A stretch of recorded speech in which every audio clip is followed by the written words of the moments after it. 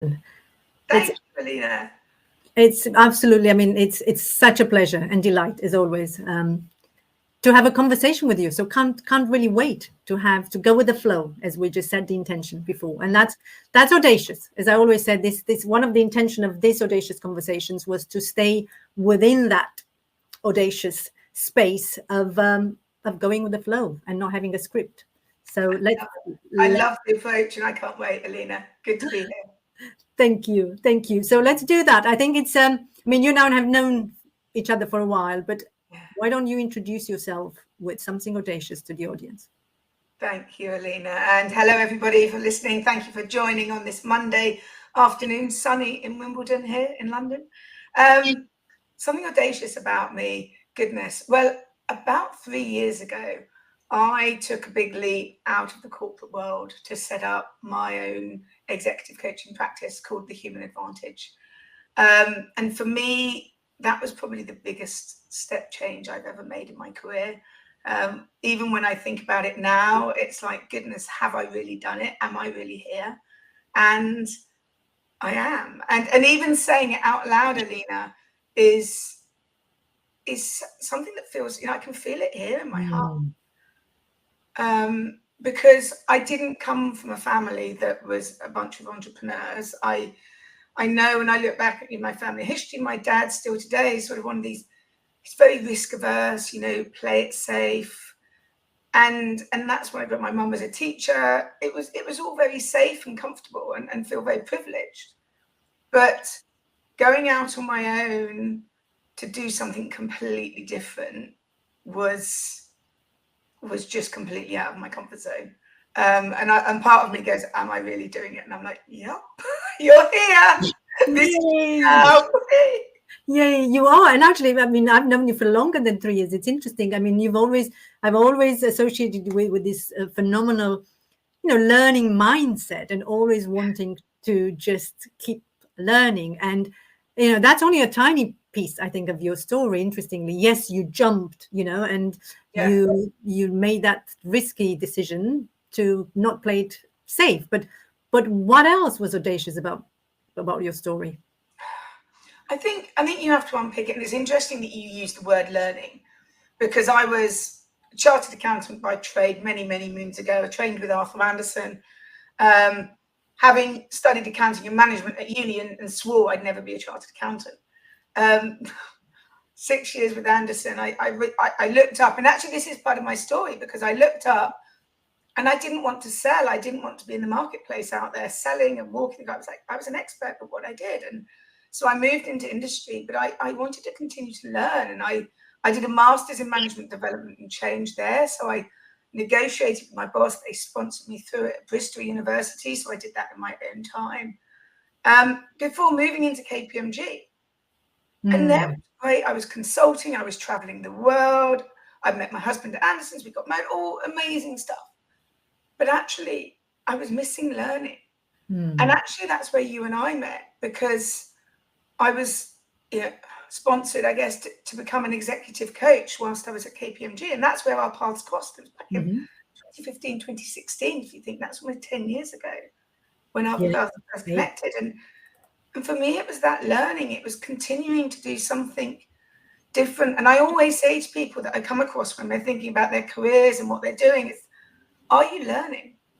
Are you growing as an individual? And for me, it was like acknowledging that, and then saying, okay, so what can I do differently? How can I step out of my comfort zone? And doing that, doing my advanced coaching diploma was probably the start of where I am today. I love that. And actually, that's one of the things that I'm sure you hear a lot from your own clients, this when they stop learning. And that's probably one of the most challenging parts of it all, because this is when we get stuck. This is where we get bored and lost, all sorts of different feelings, and finding the thing that stimulates us, the thing that will keep us learning. And I forgot that you and I share that sort of, I always call it boring accountancy. I'm so for anyone in the audience. I'm sure, I mean, actually there was a lot of exciting parts of it, but how I ended up in doing the whole charter accountancy, I'll never know. And yeah, me totally. neither. I say to my kids, and my husband says to me, I'm like the one that's, I do the numbers, but I'm about as far from the numbers as humanly possible. And he's also a chartered accountant, so he's very much in the financial control space, whereas I'm not. And that's the same at home as it is at work. But it's about you mentioned the word selling. Actually, it's interesting. That's how someone sold it to me all those years ago, that it's a very safe profession to go in. So I chose it for its safety. Interestingly, they always say, whatever you do, if you've got that, you can move on to lots more things. And I have to say, it has helped as an entrepreneur being able to look at a P&L, being able to look at a business plan. So there is a lot to say about the foundation, the grounding to everything we do. I would absolutely agree with you. I would not change it for the world.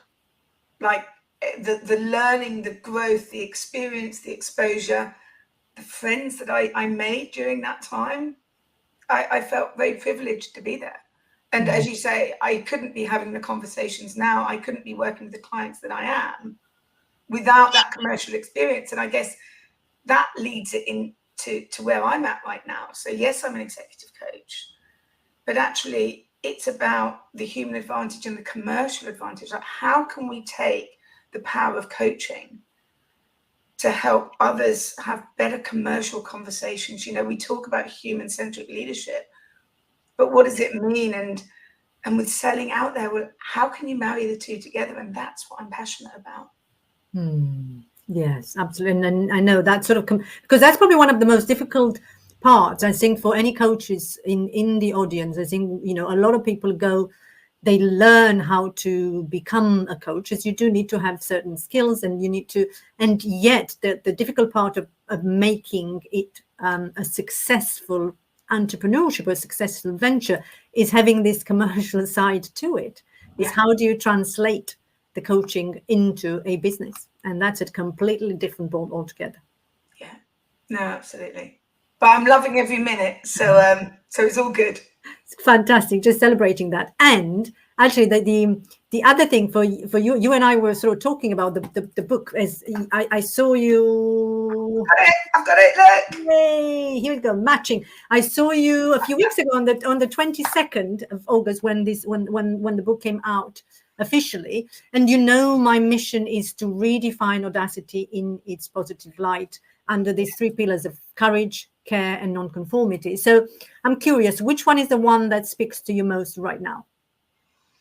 Oh, good question. Courage, care, and non-conformity. I think it's courage, Alina, right now.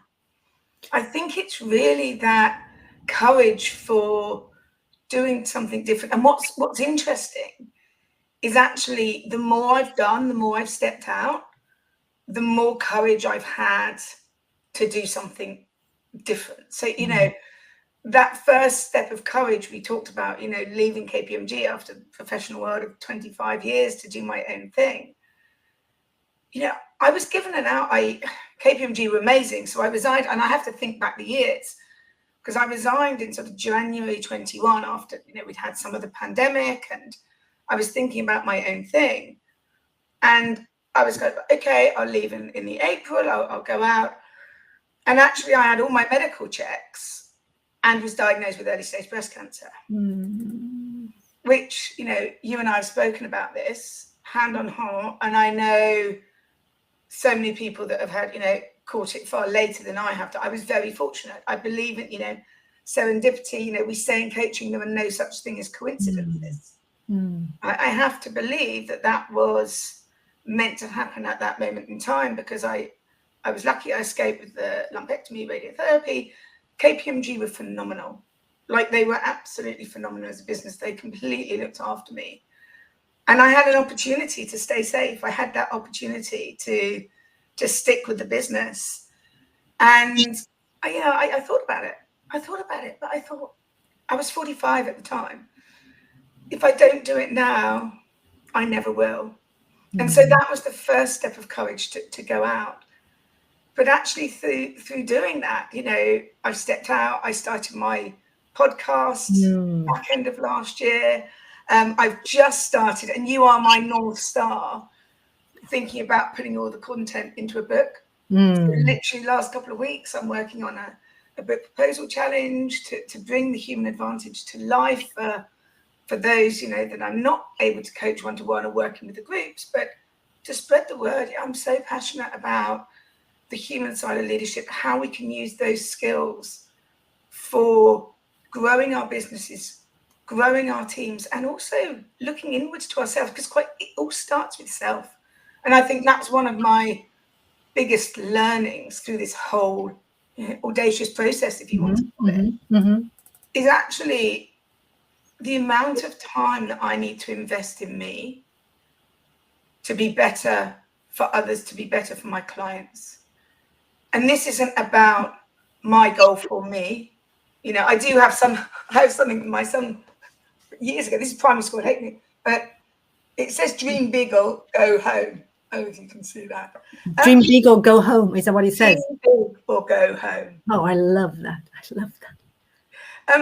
I'm not a big dreamer, but actually I'm doing it for others. I'm so passionate about how to support others that my courage to step out and do things in a different way. I mean, being here live on LinkedIn, Alina, quite frankly, no, I wouldn't have done it a year ago. My podcasts are audio. Watch this space because there may be video on its way. But every moment you step out and do something different, that courage gets bigger and bolder. And I know it's something you talk about in your book. Yes. I mean, because courage is it's so close to my heart. And it's interesting because, I think I say that even in the book, that when people ask me, what do you do, Alina? I just say, I give people courage. That's it. And I really mean it. And so I always thought that I lead with courage, because for me, the courage is, and I used to think that courage comes first, interestingly. The courage is, the confidence thing. A lot of people come in the coaching world and say, I want to work on my confidence. And this is something that I've learned from my own, mentor and coach, is that the confidence comes after courage. You have to have the courage to do something first, and then confidence comes as a result. And then it's through a lot of these conversations, I realized that care actually comes before courage, or it's very difficult to almost divorce them.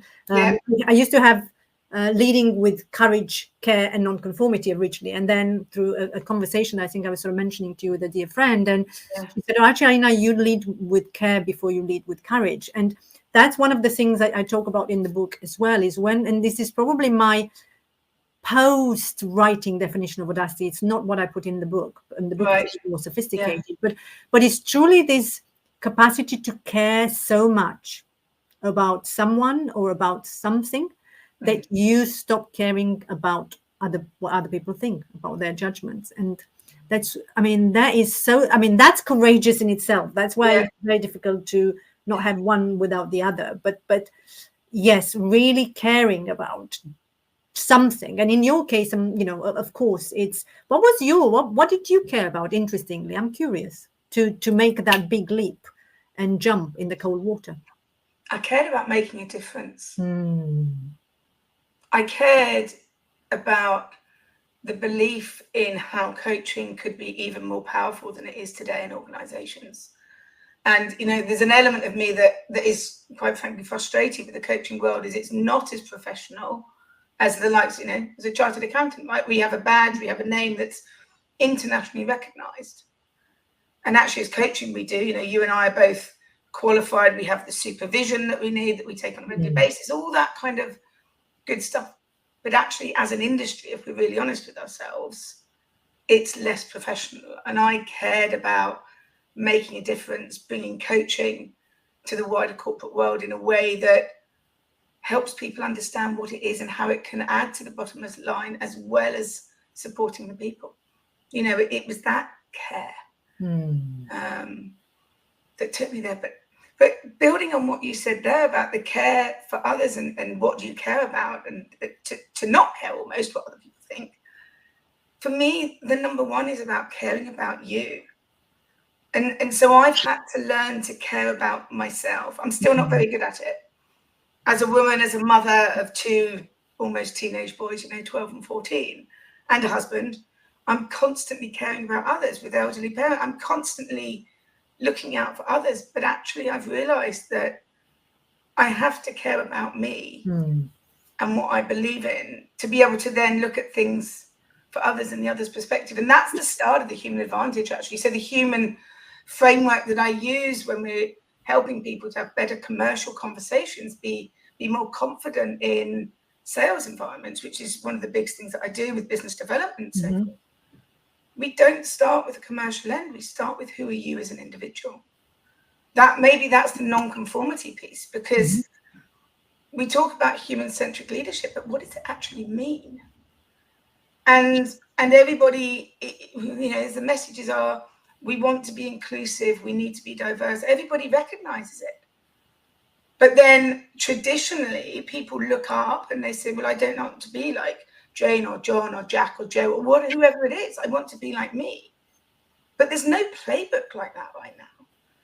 And so that's what I'm passionate with the coaching about, helping people to care about themselves, to be non-conformist, to do things in their own way, and then have the courage to get out there and do something about it. And that's my, I've taken your 3 words and put them the other way, but that's audacious. That's totally audacious in a way, to care about self, as you said, especially in the corporate world. And I mean, they're like everything else in life, Helen. This is listening to you, everything is a paradox. Because on one hand, and I was getting very excited about your mission, because yes, the coaching industry is totally unregulated, and it probably continued to do so for a while, with the good and the bad.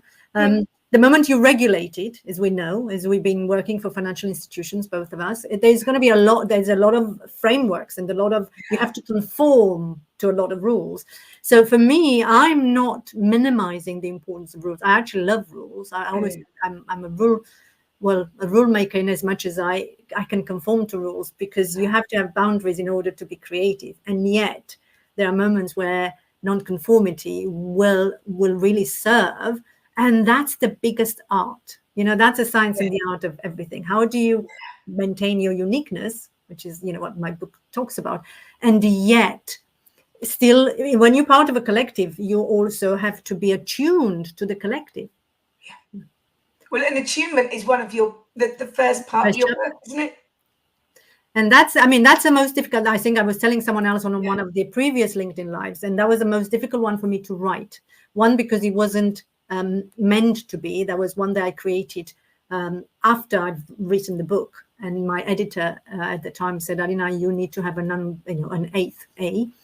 So, and then is the whole attunement, attuning your head to your heart and your gut.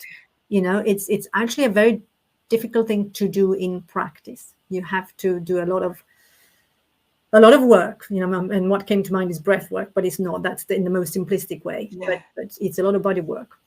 It really is. But you touched on something there, that with my the advanced coaching diploma, where actually my coaching, I still say, went from here to here, because for me, it's that awareness that our hearts and our guts and the information that we hear. And I still believe, why am I here today? Because when I was doing the work that I did, people said to me, well, why are you good at what you do? Which is wonderful, right? It's wonderful for people to say, well, why are you good at what you do? But I was curious, that coach, I was curious. Why was I good at what I did? And I unpicked it. And as a global client leader, you had to be ready to have any conversation that was out there.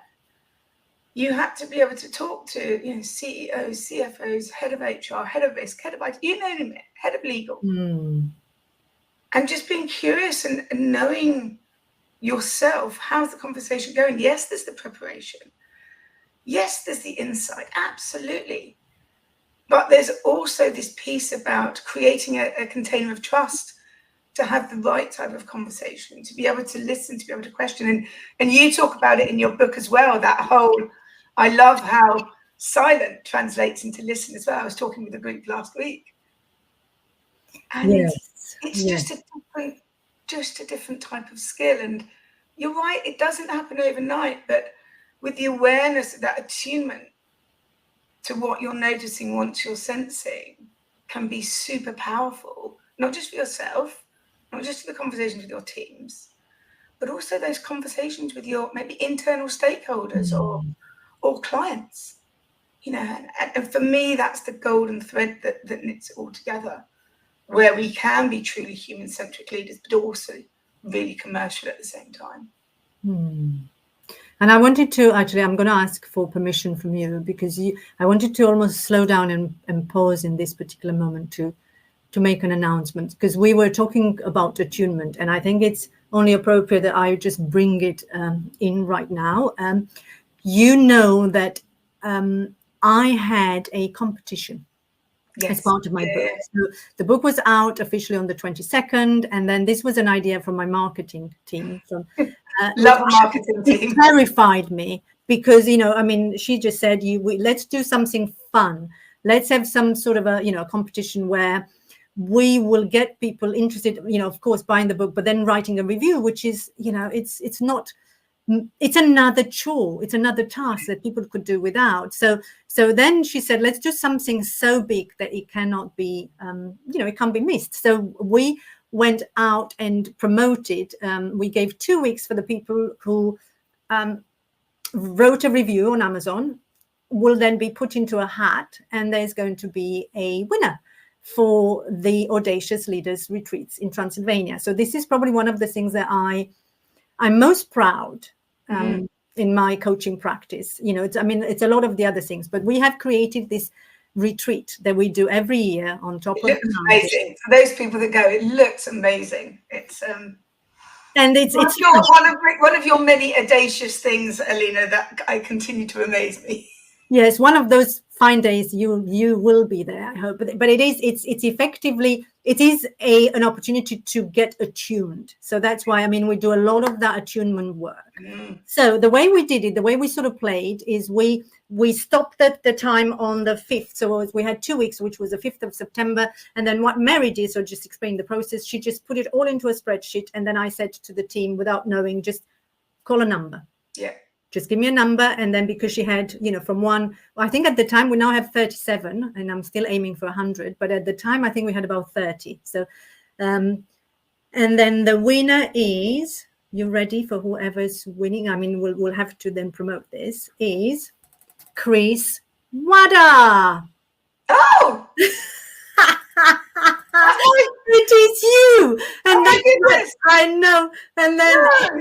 Yes, it is. It is you, Miss Helen. I never win anything in my life, Alina. I think we've won about £2.50 on the lottery.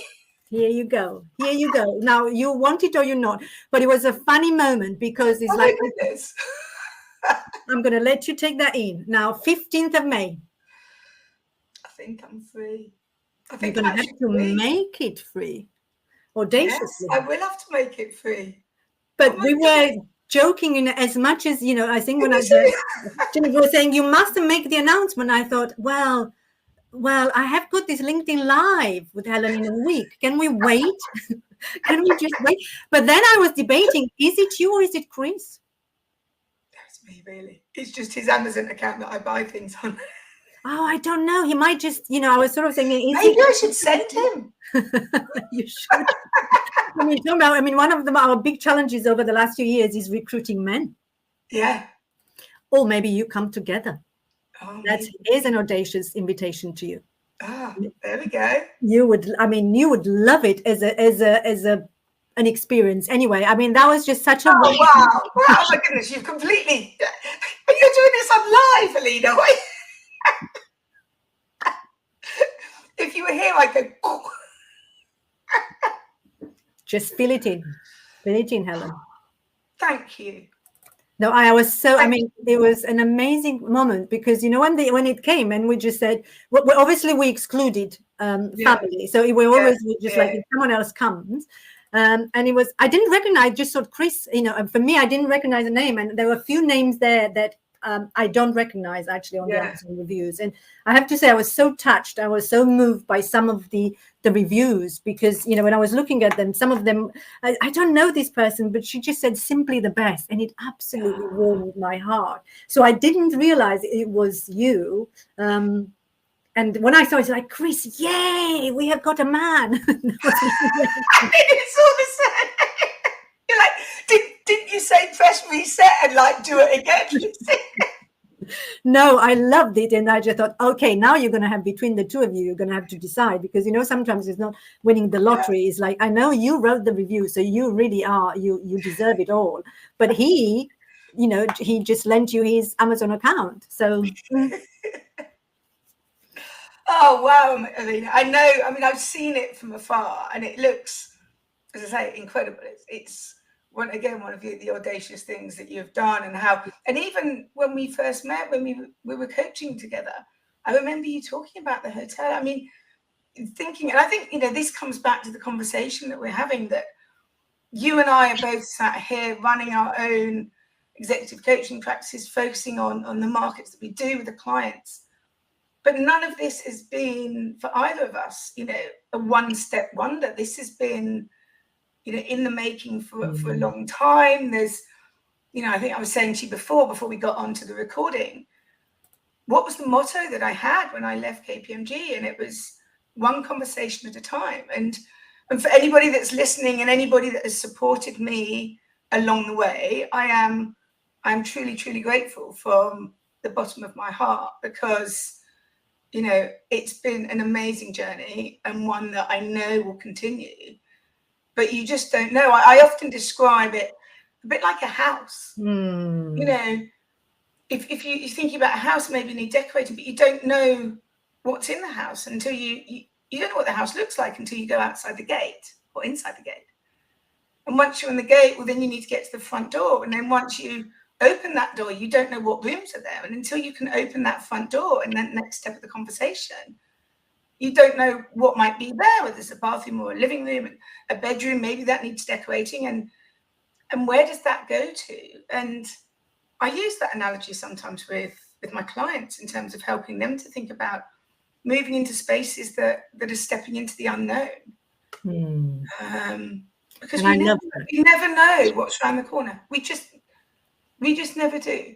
And the house analogy actually is so fitting, in as much as, the hotel, you mentioned that. But I always say I built a hotel. So this is a hotel that's been built by, well, not myself. I didn't physically do it. I funded it. But it's been, we bought a piece of land and we built a hotel. It took 4 years with views to Dracula Castle. That was 20 years ago. So I was born at the same time as my son. And it's foundation. When you build a house or you build anything, you build a business, there's so much that goes underground that's not seen, that you have to dig, and then you have to put, a strong foundation will then hold a business, a house, a hotel. And for me, 20 years old, I never in a million years, and I was an investment banker at Rothschild, would have thought that I will end up using the hotel for Audacious Leaders Retreats for my coaching business. It's like sometimes life is circular, and it's the same as my book. The Audacity Spectrum, when I started writing it, it was a linear spectrum, was like, from A to B, and it's not the case. I ended up with this star because it's a circular argument, like everything else in life. And you and I were talking about that in terms of, we're both talkers, how you don't necessarily know where your thinking is going to get to. My thinking has developed and evolved with every single conversation that I've had. But it comes back to your courage and value of self, because actually this isn't prescriptive. This isn't about an A to B to C to D to E. It's about knowing, and the other metaphor I use is whitewater rafting, right?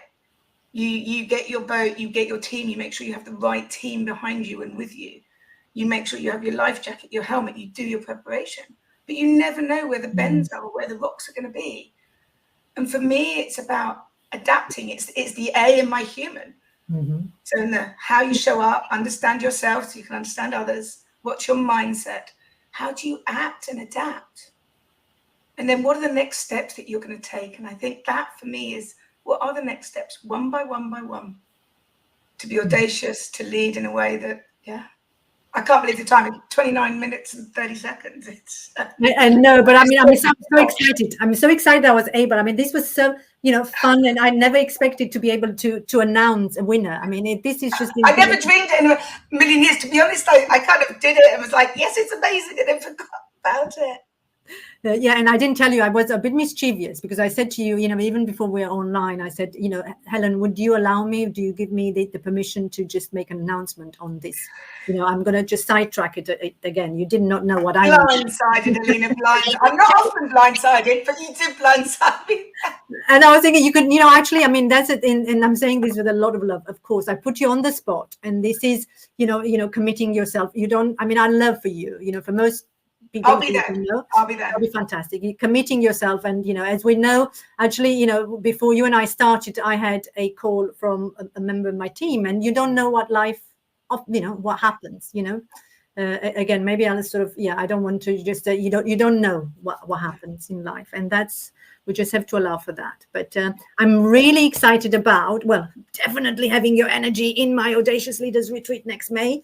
Excited about your book. So maybe we'll do that. Actually, again, I know I'm going to allow myself to just go over for a minute. But honestly, my book, I seeded, because one of the things we do on the retreats is we seed our dreams on the very last day.